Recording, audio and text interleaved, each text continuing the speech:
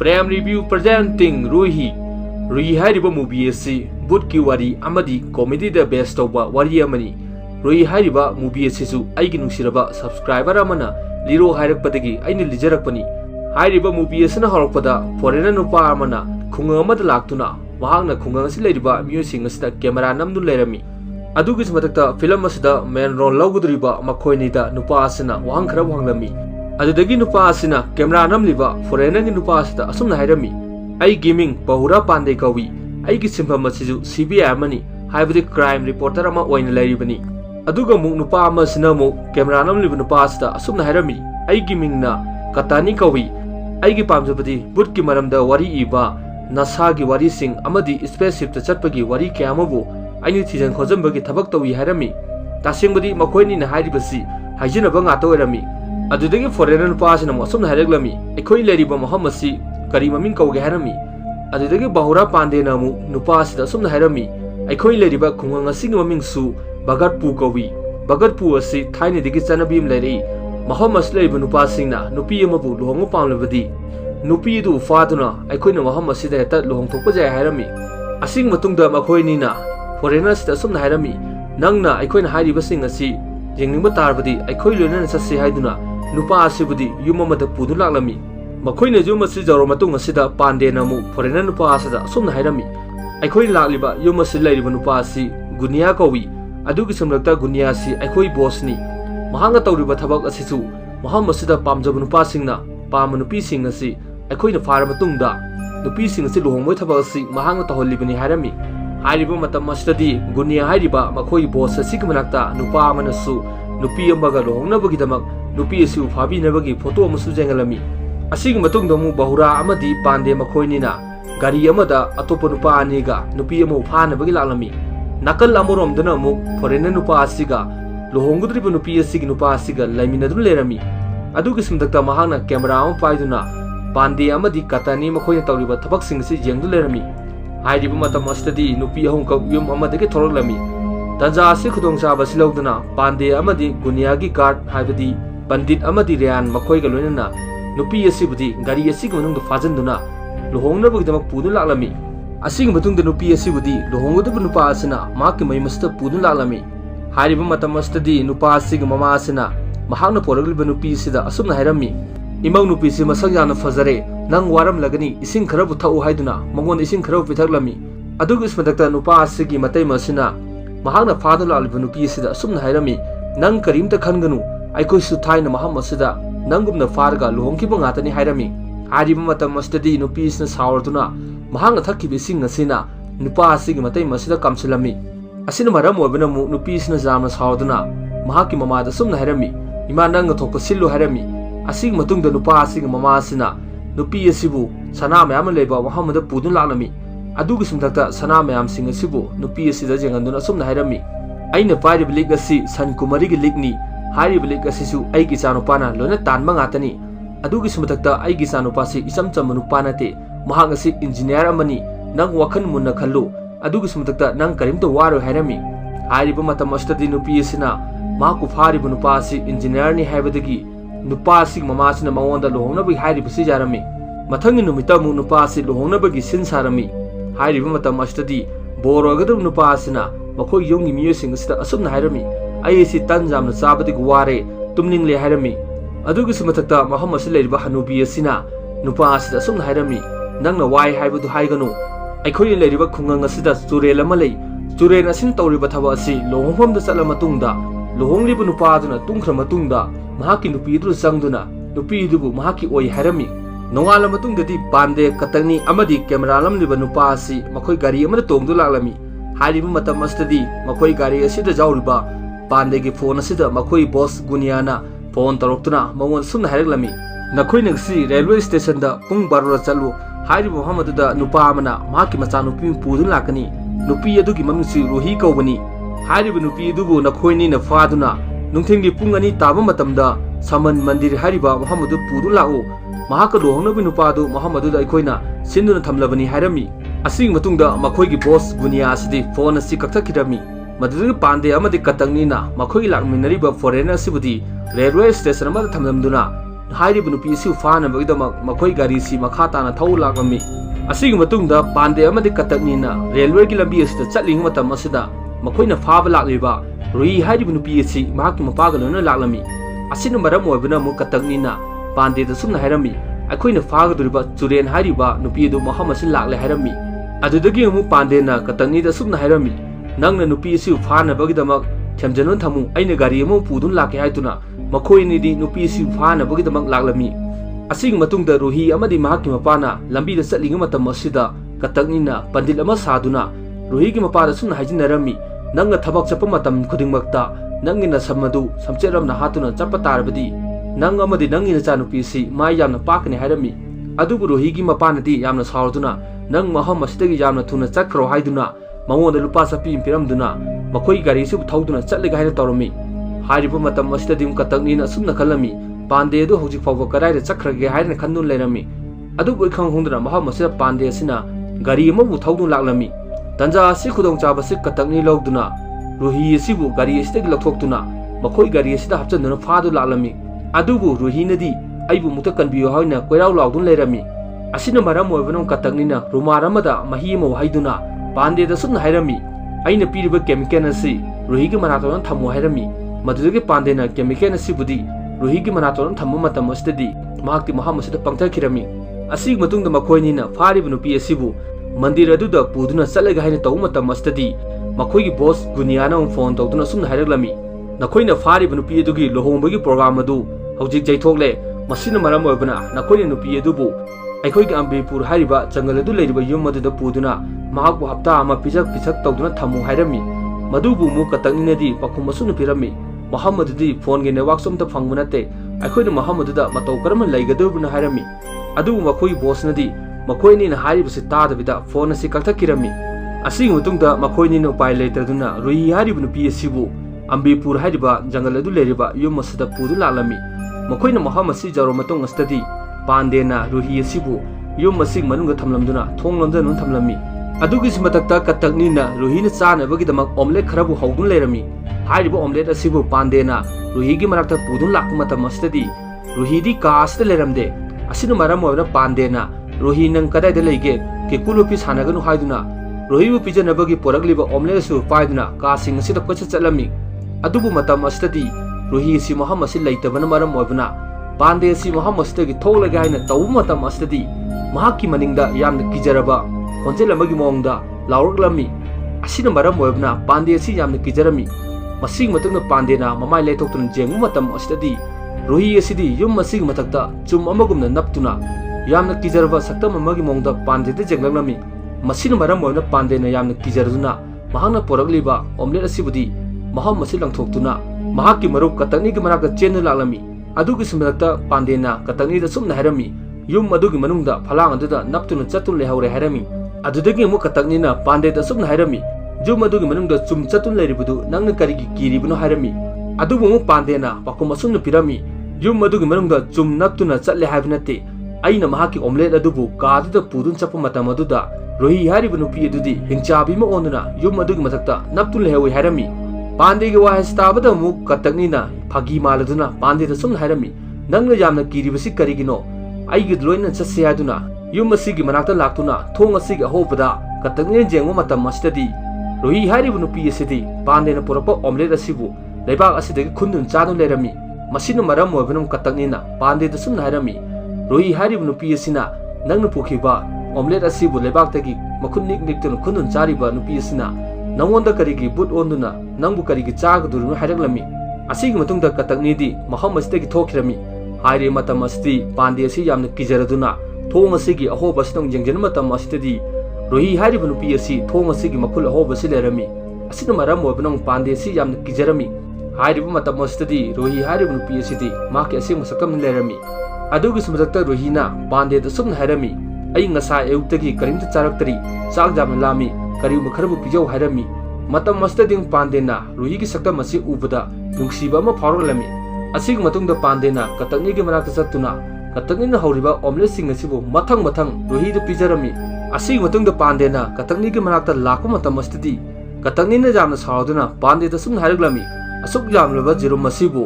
बेलेंद्री मानब मसादुना लोइना चाथोखरे हायरमी अदुबु पांडेनदी पाखुम असुमनं पिरमी नंग अदुगिदमक करीमदा खनगनु अखोइना चानबगिदी WT सिबु चादा लुप्तुना चासे हायरमी मखोइनिना सानरी वारिसिंग असि रोहिने लोइना तादु लेरमी नाकल अमरोमदना मु पुलिस स्टेशन अमदा रोहिगी मपाना माकी मचानुपीगी फोटो असि पुदुना पुलिस असिदा असुमना हायरमी अैगी चानुपीदु कनागुमा खरना किडनैप तौखरे हायरमी मसिना मरम ओइबना पुलिस असिना असुमना हायरमी नखोइगे जगलबदी लैब्रा हायरमी अदुबु मु रोहिगी मपाना अतोबा फोटो अमसु फुतोक्तुना असुमना हायरमी असिना अतोबा फोटोनि हायरमी असिना मरम ओइबना पुलिसना मंगोन असुमना हायरमी नंगी नचानुपी अनेबु किडनैप तौखरबा हायरमी हायरिबु मतम असदि मु रोहिगी मपाना पुलिस असिदा असुमना हायरमी अैगी चानुपी असि करिगुम मतमदा माकी सक्तम असि असुमना तवी हायरमी अदुदगी पुलिस असिना रोहिगी मसक असिबु जेंगु मतम असदि यामना किजरबा सक्तम अमा ओइरमी असिना मरम ओइबना पुलिस असिना रोहिगी मपादा असुमना हायरमी नंग नेंगोना तौरिबसि फगी तौसिनरिबरा हायरमी अदुबु मु रोहिगी मपानदी पुलिस असिदा माकी मचानुपीगी असेंगो वारिसिंग असि लिरमी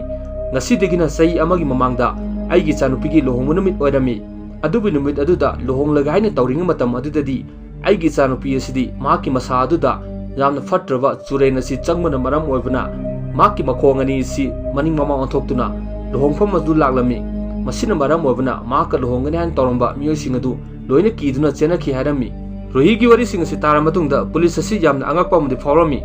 ambiyapur haiba jangal asidanamu yum asing manungda phajan thamliba रोहिगी सक्तम असिबु महांगना पाइरिबा कैमरा असिना फोटो नमलम्मी असिग मतुंगदा महांगना नमलिबा फोटो असिबु यंगलिंग मतम असिददी रोहिदी कासि लेरमदे अदुदगी महांगना कासि येंग मतम असिददी रोहिदी मिंगसेन अमगी ममांगदा लेप्तु लेरमी असिना मरम ओबनों पांडेना माकी फजरबा सक्तम असिबु फोटो नम गाइना तौ मतम असिददी रोहि असि माकी मसा मनुंग यावरिबा चुरेन असि मुथोरलमी मसिना मरम ओबना पांडे असि यामना किजरदुना चेला गाइना तौ मतम असिददी रोहि सिना मंगोन अटैक तौगे तौरमी अदु पांडेनदी रोहिगी फोटो असि नमदुना कन्ना चेनु लालमी असिग मतुंगदा पांडे अमदि कतकनीना मखोई बॉस गुनियागी मनाक्ता लाक्तुना रोहि अदु चुरेन अमनि हाइदुना पाउतम लालमी मदुदगी मखोई बॉस गुनियाना पांडेदा फोटो अदुबु जेंगे हाइदुना जेंगबा मतम असदि हाइदि फोटो असदि मसक माता उरमी रोहिगी सक्तमदि उरमदे मसिना मरम ओइबना मु गुनियाना यामना सावदुना हाइदि फोटो असिबु कतकनीदा पाहनदुना मखोइनिसु फुरमी असिंग मतुंग गुनियाना मुख सावदुना मखोइनिदा सुमना हायरमी नखोइनिना करिगिदमक नुपीदुबु जंगलदु थमलमदुना महमसिदा करिगी लागिबनो नखोइनि यामा थुना चाना थकनबगी पुचैसिंग असि पुदुना चलो हायदुना मखोइनिबुदि मु रोहिगी मनाक थाखिरमी अदुदगी पांडे अमदि कतंगनीना जंगल असि लाको मतम असदि नोंग चुकना तारमी अदुगी समदक्ता पांडेना कतंगनीदा सुमना हायरमी नंगना चाना थकनबसिबु रोहिगी मनाक थिलुचु हायरमी असिंग मतुंगदा कतंगनीना चाना थकनबसिंग असिबु Rohida पीनबगी चखिरमी ngahak ler matungda kataknina kana laurlami pandeda asina maram oibana mu pandesu katakni gi marakta kana chenu laglami adudagi mu kataknina pandeda sumna hairami rohi du mahamasidik chen kira hairami asig matungda pandena yum masig manungga yengu matam asidi jum masig matakta ahoba mu lerami asina maram oibana pandena sumna hairami mahakti jumgi mathak asib thugaiduna chen kira hairami asig matungda pandena mu katakni da sumna hairami nang jangan chatuna rohi bu thiruso aina makhoi gi maham asi leiriba store asida jengluge hairami asig matungda katakni su rohi bu thiba chakhirami adugi smatata pande su rohi asibu makhoi gi store asida leibra haina jengma lakma matam asidi jum asig manungdadi una saba mi gi murti kyam lerami masina maram obna pande asi yamna kijarami adugi smatata mahaki mamangda rohi asi leibu rami adudagi pandena cricket ge per mu paiduna mahaki mamangda phi kupsan leiriba rohi asibu thom lagaina taw matam asidi yum masig mapandagi kataknina kana laurlami adugi smatakta yum masig michel su paiduna kwak yamna paisan laglami asingma mayam asu abuna pande si yamna kijaraduna yum masdagi onthar kumatam asdadi rohi si maki mamangda lerami hairiba matam asdadi rohina pande sum haraglami maham masida tole karai de lege ay amukta chat ke harami adugi smatakta makhoi ning manakta katakni islaglami asig matungda pandena katakni da sum harami rohi asibu toilet manak fawda amukta purusa harami adudagi kataknina rohi asibu jangal asida toilet tawnabagi pudun lakka matam asdadi kataknina mu rohi da sum harami nang asi chalak yamna haibunu pini nangna akhoi gi pande asibu ki handuna nang nungsinaba tawribana tra harami masig matungda makhoi ni si jangal asida changdunum lakka matam asdadi rohi asidi jangal asida mangkhirami masina maram oibna kataknina rohi nang karai de laiga haina koikau kokdun lerami अदुबु जंगल असिगी जगह अमदा Ruhi असिदी करिगुम्बा अमबु चादुन Laramie असिना मरम ओइबन कतकनिना महाना पाइरिबा टोर्चला असिना रुही दि काप्सन मतम मस्तदी रुही की ममाय असिदे ई लोने तैदुन Laramie असिगी मतुंगदा रुहीना Meham अस्तेक हौलक्तुना कतकनि की मनाक्ता लाकपा मतम मस्तदी रुही की सक्तम असिदि यामना किजरबा बुट की सक्तम अमा ओइरमी हाइरि मतम मस्तदी कतकनि असिदि बुट की मरमदा यामना पामना मरब ओइबना बुट की सक्तम ओइरबा रुही असिबु महाना पामलमी मधुगी सुमदक्ता रुहीने तौरिबसिंगसी महांग अदुम जेंगदु लेरमी हाइरिबा मतम असिदि मखोइनिगि मनाक्ता पांदेना जोली पुदुना रुही असिबु उमदा किसलमी अदुगी सुमदक्ता पांदेना जेमताजी हाइना लाउदु लेरमी मसिना मरम ओइबन कतकनिना पांदेदा सुमना हाइरमी पांदे नंगा तौरिबदुबु करिनो हाइरमी अदुदिंग पांदेना कतकनिदा सुमना हाइरमी नंग उदबरा अखोइनिगि मांगदा रुहीने तौरिबसि रुहीगी सक्तम असि रोल अनि लौदु लेरिबनि हाइरमी अमुसु पांदेना कतंगीदा सुमना हाइरमी अइना नंगोदा हाइबसिंगदु नंग थाजदब नत्रा अदुगी स्मदक्ता रुही असि बुटने हाइबसि अखोइ बॉसना थाजदब नत्रा अइना महमसिदा मतम चाना लाक्लमदब तारबदि नंगबु रुहीना सोइदन चाथोकेद्रोबनि हाइरमी हाइरिबा मतम असदि रुही असि वारदुना महमसिदा वांथादुना माके असिंग मसक्तम असि लाक्लमी असिंग मतुंगदा मखोइनिना रुही असिबु कामदा फाजनदुना मखोइने हि अमगी मथक्ता हिपतुना पांदेना कतंगीदा सुमना हाइरमी अखोइना हुजि करिगुम खरा सोइना तौदब जारोय रुही मसारा जाउरिबा बुट असिबु तांथोनबगी हाइरमी हाइरि मतम असदि अतोपा का असिदगी रुही असिना कन्ना लाउरमी नोंगाल मतुंगदा मु पांदे कतंगनी अमदि रुही मखोइ अहुम सिग मनाक्ता नुपा अमा लाक्लमी अदुगी सुमदक्ता नुपा असिना मु मखोइ अहुमदा सुमना हाइरग्लमी नखोइना करिमदा खनगनु हाइरग्लमी असिगी मतुंगा नुपा असिना महांगना पोरगलिबा बेग असिबु हांगतोंग मतम असिददि क्वा जोनबगी मचन गातो ओइरमी अदुगी सुमदक्ता नुपा असिना मु रुहीदा सुमना हाइरमी नंग क्वा चानबगी सेमगा हाइदुना क्वा सेमलिंग मतम असिददि कतंगनिना मु महम असि लाक्लिबा नुपा असिदा सुमना हाइरग्लमी नंगना अयुक असिदा क्वा असिबु रुहीदा पिजबा तारबदि माकी मचिन असि लोइना पटलगने हाइरमी अदुबु पांदेनदि कतंगनिदा सुमना हाइरमी कतंगनि नंग अमुक्ता गाइखो वरिसिंग असे अइ नंगोंदा लोइना लिगे हाइदुना पांदेना कतंगनी सिबुदी जुम असिंग मपांदा पुदुन लाक्लमी अदुगा मुसु पांदेना कतंगनीदा सुमना हाइरमी महम असे लाक्लिबा माइबसि सिक कौबनी महाग असि यामना फावु माइबनी नंगा थाजदब तारबसु इंस्टाग्राम गुम्बदा जेंगो हाइरमी अमुसु पांदेना सुमना हाइरमी महागना हुजिक फावबदा मियोइबदा चंगलिबा बुसिंग असि बुत चामा गुंथ्रा मंगादि तांथोक्रबनी हाइरमी अमुसु पांदेना कतंगनीदा सुमना हाइरमी महागना तौरिबा थबा असि बुत चंगलिबा मियो अदुदा क्वासु पिजर मतुंगदा महांग चाखिबा क्वादु महिदु माके कोलदु ओथोल मतुंगदा महांग लाइक फोरंगदुबनि हाइरमी युम असि मनुंगदना मु पंडित असिना क्वा अमबु रुहीदा पिजरमी रुहीना चारिबा क्वा असि मही असिबुदी माके कोल असिद ओथोलमी नकल अमरोमदना मु कतंगनिना पांदेना हाइरि वाइसिंग सि थाजदबना मरम मोबना पंडित असिबु हालेगाइना मु जुम असि मनुंग चंगलमी अदु मतम असदि रुही असि माके फत्रबा चुरेंग सक्तम असिबु ओंदुना पंडित असिग ममांगदा पाइखतुन लेरमी मधुगी सुमदक्ता रुहीना पंडित असिदा सुमना हाइरग्लमी नंगना क्वादा करिगिदमक LIG हापत्रिबुना हाइरमी हाइरिबा मतम असदि पांदे अमदि कतंगनी सिसु ngaktuna yengdu lerami अदुगी सुमदक्ता रुहीना पंडित असिबुदी माके मगक समसिदा चपतुना थागल मतुंगदा लंगथोकिरमी असिग मतुंगदा पंडित असि मसा हिंगनबगिदमक महम असिदगी कन्न चेनु लाक्लमी अदुगी सुमदक्ता पांदे अमदि कतंगनी सिसु पंडित असिगी लोइना चेनु लाक्लमी हाइरि मतम असदि पंडित असिना मु पांदेदा सुमना हाइरग्लमी रुहीगी मसा मनुंग चंगलिबसि बुट नते चुरेन अमनी महाकी मसा मनुंग चंगलिबा चुरेन असिना अतोपा मी अमगा लुहोंग्रे फावबदी रुहीगी मसा मनुंगदगी चुरेन असि चटलोय हाइरमी अदुगी सुमदक्ता चुरेन असिना लुहोंगदुरिबसि पुनिमा नुमिता लुहोंगदुरिबनि हाइरमी मतम असदा रुही असिमु मखोइ सिंगसिंग तानदु लाक्लमी असिना मरम ओइबनों पंडित असिना पांदेदा सुमना हाइरमी गारीगी सोदु पुथोरगलो आइबु मुक्ता थिनबियु हाइरमी अदु पांदेनदी माकी मसादा सोदु जेंगमो मतम असदि सो असि जारोमदे असिना मरम ओइबना पंडित असि महम असिदगी चेनखिरमी असिगी मतुंगदा मु पांदेना कतंगनीगी पिखाव असिदा चेक तौदुना असुमना हाइरमी नंगी पिखाव जाउगिबा सोदु पिरो हाइरमी हाइरि मतम असदि हिंचाबि ओनु लेरिबा रुही असिनदी मखोइनिदा असुमना हाइरग्लमी सोदु आइगी नाक्ता लेरि हाइदुना सो असिबु थांगलग्लमी मतम असिददि मु कतंगनीना बुत चंगनु लेरिबा रुही असिबुदि पामना मरम ओइबना महाकी मनाक्ता चंगसनगिरमी अदुबु पांदेनदी कतंगनीदा चटलसि हाइना लाउरलमी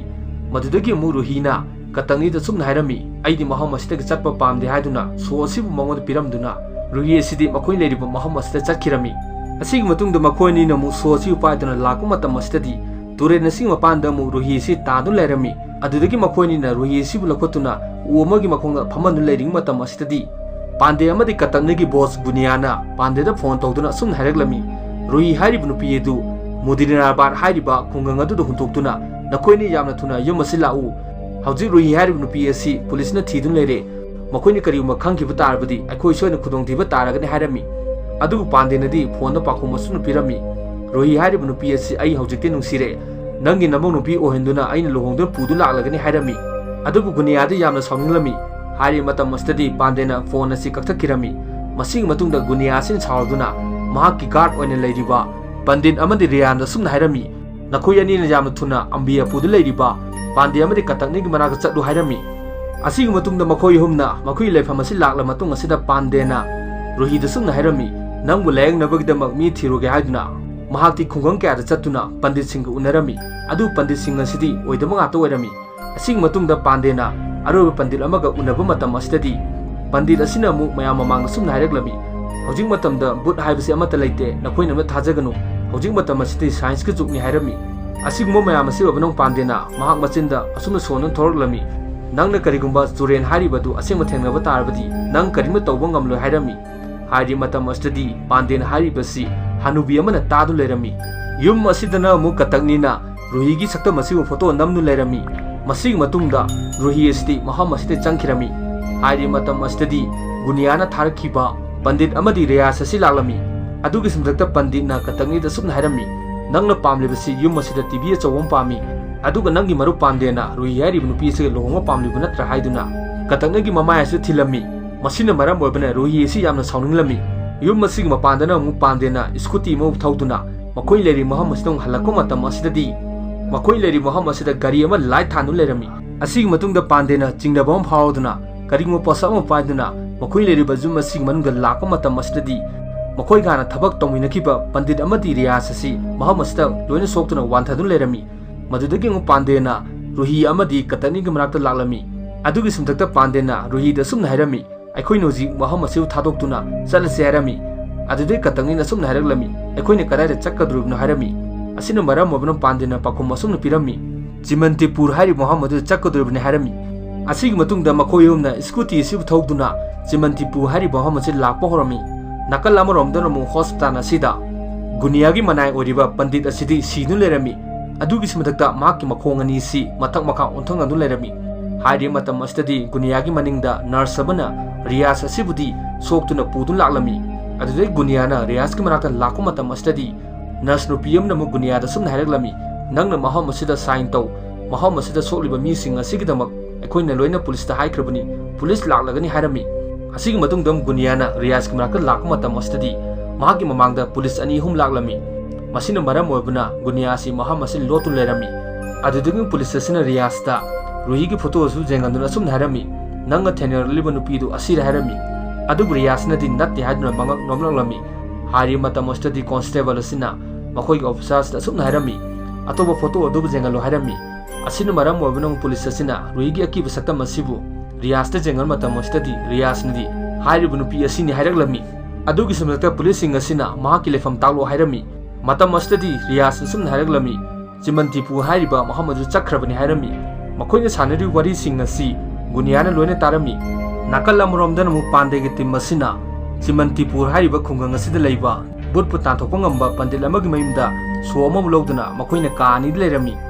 adugi samdakta numit asigun midang asida pandena tumdringe matam asida maki phone asidagi makhoi ga hana thenakiba film asiga haroppada camera nangkiba foreigner duda message thaduna nang hayeng lau haiduna hairami nongala matung asidang pandena bus station amada chattuna mahaki marup asibu ngairami asig matungda mahaki marup asibu lakku matam asidadi pandena mu mahaki marup asida sumna hairami ai Muhammad asida nupi ma thengnare nupi adugi maming suruhi kawi mahaka lohonglagani hairami adudagi mu mahaki marup Englishman asina sumna hairami nanga lohongadu nupi adugi sahi dubu kya surage hairami masina maram obnong pandena mahaki marup asida sumna hairami wari sing asi yamna sangi haiduna mamanga thokiba wari sing adu loina liba horaklami mahaki wari na horokpada mahangna aroibra thengnakiba pandit adugi manakta lehauba hanubi aduga thengnarami hanubi asina amuk pandeda sumna hairami nangna ruhi hariba nupi aduga lohonge haiba tarabadi nangna atopa mi amaga hana lohongba tai hairami asina maram obnong pandena hanubi asida sumna hairami adudi fare nanga iga lohonglasi hairami masina maram obnong hanubi asina yamna sauduna mangon nganglami amuksu hanubi asina mangon sumna hairami nangdi aigi hui amo maduga lohong pawo pamde hairami हाइरी मतम अस्तेदी पांडेना माकी वखल अमा लाक्तुना असुमना हाइरमी फरे अदुदी हुई अदुगा ओइरसु लुहोंगे हाइरमी मसिना मरम ओइबनु हनुबीसिना मु मंगोन असुमना हाइरमी नंगना खल्ली वखल अदु यामना फई नंग हौजी हुई अदुगा लुहोंगसी हाइरमी नंग हुई अदुगा लुहोंगनबगिदमक जनकपुरी हाइरिबो मफम अदुदा चक्कदबनि हाइरमी हाइरिबो वरी सिंग असिनि हाइदुना मु पांडेना माकी मरुप फॉरेनर्स दा हाइरमी मसिंग मतुंगदा पांडेना हनुबी असिगा लोनेना माकी मरुप फॉरेनर्स सिबु कौदुना हुई असिगा लुहोंगलमी अदुगी सिमतक्ता माकी मरुप असिना पांडेगा हुई असिगा लुहोंगलिबसि वीडियो सिंग असि नमदु लेरमी मसिंग मतुंगदा पांडेना हुई असिगा लुहोंगम लोर मतुंग असिदा ही मचा अमदा तोंगदुना लाको मतम असिददी महांग लेबजु मधुदा लेबा पंडित अमदी महम असि लेरिबा पंडित क्याबना सई क्याम पाइदुना पांडे असि फुनबगी लेरमी अदुगी सिमतक्ता पांडेना ही असिग मतक्ता काखलक मतम असिददी आइगी इरादसि करिनो नकोइना करिगी फुगद्रुबना हाइरमी मसिना मरम ओइबना पंडित असिना याम साउदुना पांडेदा फुरुदुना असुमना हाइरमी वरी सिंग अदु आई नंगोंदा लोइना लीगे हादुना वरी सिंग सि लीबा हौरलमी पंडित असिगी वरी हौरकपदा नुमित असिगा अयु असिदा मखोइगी खुंगंग असि लेरिबा बुत चंगलब मियो सिंग असिबु महम असि लेरिबा पंडित सिंग असिना लाई खुरमदुना मखोइ पैसा लोइना तालम्मी अदुबु मंदिर अदुदा रोई हाइरिबा नंग लेमिनबा नुपीदु लाई तासेंगुदि नुपीदु चुरेन अमनी नंगना करिगिदमा अखोइदा हाना हाइद्रिबनो हाइरि मतम अदुदा नुपी अदुगी मसम अदुबु अखोइना कोक्थोक काइना तौ मतम अदुदा रोइना माके सेंग चुरेन अदु ओरगलमी मसिन मरम ओइबना महम अदु लेरिबा लायंग लाका मियुसिंग अदु लोइना चेनख्रे अखोइदे हुजिक पैसा जुमना तानबा ngамद्रे हाइरमी नकल अमरोमदरा मु मंदिर असिदा गुनिया अमदी माकी मियो अनिग लोनेना रोइ हाइरिबु नुपी असिबु फानबगी लाक्लमी माना करिगी लाक्लिबनो हाइबसु महांगना हाना फिल्म असि हरकपदा लोंबिनी हाइकिबा नुपादुना मंगोंदा कन्न हाइजबदगी लाकोइरमी अदुगी स्मतता गुनियागी तिमसिना महम असि यौमतम असददी रोइ हाइरिबु नुपी असिदी माकी बुटकी सक्तम असिबु ओंदुना युम असि मथक लेरमी असिगुम मयाम असि ओबनमु गुनियागा लामिनरिबा आहलसिना गुनियादा सुन हाइरमी नुपी असिदी चुरेनी अखोइ महम असि थादोक्तुना यामना थुना चलसि हाइरमी हाइरि मतम अस्ते रुहिना गुनियागी ममांगदा इखंग खोंगदना चंचलक्लमी अदुगी गुनियाना रुहिदा सुन हाइरमी नंग लुहोंग पामलिबा दु नंग लुहोंगनबगिदमक अइना बोर अमा सेमदु लेहौरे अदुगी सिमथक्ता हाइरिबा नुमित असि पुनिमा नमिनी नंग नुमित असिदा लुहोंगबा तारबदी नंग निंगबदु थुंगलगनि हाइरमी मसिना मरम ओइबना यामना किजरबा पुरक सक्तम ओइरबा रुहिना सुजारमी नकल अमरोमदनु पांडेना माकी मरुप कतकनीद सुन हाइरमी अखोइनी न खनदु लेरिबसि करिमता कानद्रे अखोइनी हानगुमना मरुप ओइरसि हाइरमी हाइरि मतम असिददी मखोइनी मनाक्ता मु मखोइगी मरुप वीडियो नंबर फॉरेनर्सना कैमरा से पुदुना असुम हाइरगलमी वीडियो असिदा उरिबसि नखोइगी बोस अदु नत्रा हाइदुना मखोइनी द जंगलमी मतम असिददी वीडियो असिददी गुनिया असिना रुयेसि फादुना गाड़ी सिदा पुदुन चखिरमी मसिना मरम ओबना मखोइनसि वखन जामना नुंगारमदे नकल अमरोमदनमु गुनियाना रुयेसिबु माक लोंबिनी हाइबा नुपा असिगा लोंग गाइना तौरिंग मतम असिददी पांडे अमदी कतंगनीना मखोइनी मनाक्ता लाक्लमी अदुगी सिमतक्ता पांडेना रुहिदा सुमना लावरमी नंगना करिगिनमक नंगी वखल अदु जामना थुना होंगलिबनो नंग लोंगदबदी कतंगनी नत्रा हाइरमी हाइरिबा मतम अस्ते गुनियाना पांडे अमदी कतंगनीदा जामना सावदुना मखोइनी सिबु हाले गाइना चक्केना तौ मतम असिददी रोहिना मांगना जामना सावदुना माकी मखुद असि इंथोक्तुना गुनियागी मंगक्समना चपतुना सुमना हाइरमी नंग नैबु करिगिनमक नंफु सासनदा लोंगनबा तौरिबनो हाइदुना गुनिया सिबुदी महम अस्ते लंथोकिरमी असिगुम मयाम असि ओबना रोहिगा लोंगना तौरम नुपा असिसु महम अस्ते कीदुना चखिरमी मदुगी सिमतक्ता पंडित असिसु महम अस्ते की चेलगाना तौमतम अस्तेदी पांडेना पंडित असिदा सुमना हाइरमी नंग होजि महम अस्ते की चप प्रजाकिरोय रोहि अमदी कतकनीगा लोंगिगदबनी हाइरमी असिग मतुंगदा रोहि अमदी कतकनी मखोइनि सि लोंगलगाना तौरिंग मतम अस्तेदी मखोइ म्याम असिग मनाक्ता मु पांडेगा थंगनखिबा हनुबीसिना हुई असि पुदुन लाक्लमी अदुगी सिमतक्ता हनुबीसिना मचिन सिजनदुना रोहिदा सुमना हाइरगलमी नंग लोंगनी हाइना तौरिबा कतकनी असिदी हुई अमो मसिगा लोंगखरबनी हाइदुना फोटो असिबु जेंगलमी असिना मरम ओइबना रोहिना सावदुना कतकनी असिबु महम असिदगी लंथोकिरमी असिगी मतुंगदम रोहिना पांडेदा सुमना हाइरमी अखोइनी लोंगनसि हाइरमी अदु पांडेनदी यामना किजरतुना रोहिगी मनाक्ता चंगलगलमी असिगी मतुंगदा पांडे अमदी रोहि मखोइनसि लोंगनबगिदमक पंडित असिगी ममांगदा कोइदुन लाक्पा मतम असिददी रोहिगी मखोंग असि लैमाइदा फाजनखिरमी असिना मरम ओइबना पांडेनमु रोहिदा सुमना हाइरमी नंगी नखोंग अदु फाजनखरबा हाइरमी हाइरिबु मतम असिददी रोहि असि माकी असेंग सक्तम असि लाक्लमी अदुगी सिमदक्ता रोहिगी मसामनु चंगदुन लेरिबा जुरेन असिदा रोहिना सुमना हाइरमी हौजिक लोहोंगबसि अखोइनी ओइना लोहोंगसि कनामतगु लोहोंगलेसि हाइदुना रोहि असिना पंडित असिगी ममांगदा मसा मतोन लई कोइरमी अदुगी सिमदक्ता रोहिना माकी मसामनु जाउरिबा जुरेन असिदा सुमना हाइरमी अखोइनी ngasi लोहोंगलिबसि यारबा नत्रा हाइदुना सिंदूर असिबु मसा मतोन नमजरमी असिगुम मैम असी ओबना पांडे अमदि कतकनी से थवाई नुंगारमदे नोंगाला मतुंग असिददी मखोइगी स्कूटी असी रोहिने थौदुना महम असिदगी चखिरमी अदुगी समथक्ता मु कतकनीना पांडेदा सुमना हाइरमी रोहि नंगना अखोइबु नुंसिबा तारबदी नमाय अमुक्तदी लैथोरो हाइरमी हाइरि मतम असिददी रोहिने थौखिबा स्कूटी से खामलमी मसिना मरम ओबना पांडे अमदि कतकनीना खलमी सोयदन जंगलगनी हाइना अदुबु रोहिनदी माकी सक्तम असी बुटकी सक्तम सु ओंदुना बाइक असिगी मिक्चेन असिदा जेंगदुना माकती महम असिदगी चखिरमी मसिंग मोमयाम असी ओबना पांडे अमदि कतकनी से थवाई नुंगारमदे अदुगी समथक्ता महम असिदा पुलिस लाक्लमी पुलिस सिंह असिना मु मखोइनिदा असुमना हाइरमी रोहि कदाइदा चखरगे हाइरमी हाइरि मतम असिददी मखोइनिगी नाकंदा हनुपीसिना पुलिस असिदा असुमना हाइरगलमी रोहि अदुदी मसा मतुमदा महम असिदगी चखरे हाइरमी हनुपी असिगी वाहाय ताबदा मु रोहिगी मपासी अंगकपमदि फावरमी असिंग मतुंगदा मखोइ सिंह असिना मु हनुपी असिदा यंगु मतम असिददी हनुपी असिदी माकी संदन असी महम असी थमलमदुना महम असी लेरमदे सिन असी उलगा मूवी असिगी अरोबा ओरमी मयामना मूवी असिबु नुंगाइबिरबदी चैनल असिबु सुंचोय सोदना सब्सक्राइब तौबिरमु।